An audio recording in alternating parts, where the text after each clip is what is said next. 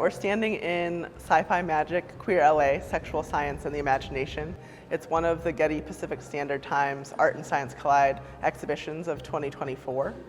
This is an exhibition that looks at early queer history and ties science fiction fandom and the occult really to that early story that maybe some people know about, but we're really looking at the 1930s, 1940s, 1950s, and how folks involved in queer publishing and history that we know of, maybe thinking about Jim Kepner and One Incorporated and One Magazine and others, really got their start with things like the Los Angeles Science Fantasy Society, LASFS, or the OTO and Aleister Crowley's religions, such as Jack Parsons, L. Ron Hubbard, Cameron, and a whole crew of folks. We are looking at a series of drawings made by Cameron, born as Marjorie Cameron, illustrating a book of poetry written by her husband, Jack Parsons. And Jack Parsons has a very important connection to this show as one of the founders of Jet Propulsion Laboratory.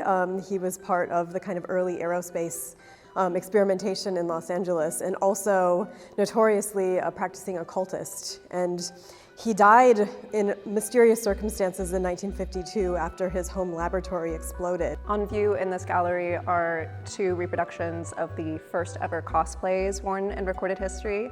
On the left we have Forrest J. Ackerman, who was a member of the Los Angeles Science Fantasy Society, along with his partner at the time, Myrtle Douglas, aka Murillo.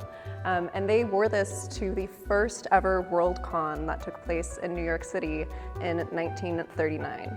So while Forrest's costume may have been inspired by the H.G. Wells film Things to Come, Murillo's outfit is a little bit more imagined, and her cape actually can be undone and turned into a skirt to kind of blend into society a little bit more. This exhibition nuances and expands one's understanding of early queer history. It also really ties it to LA specifically. This is an LA story, and I hope that people come away finding new artists or new visual culture that they haven't seen yet before, and understanding connections that maybe they knew one or two people in this exhibition, but understanding this huge network and how they kind of all came together and found each other and created the beginning of a big movement.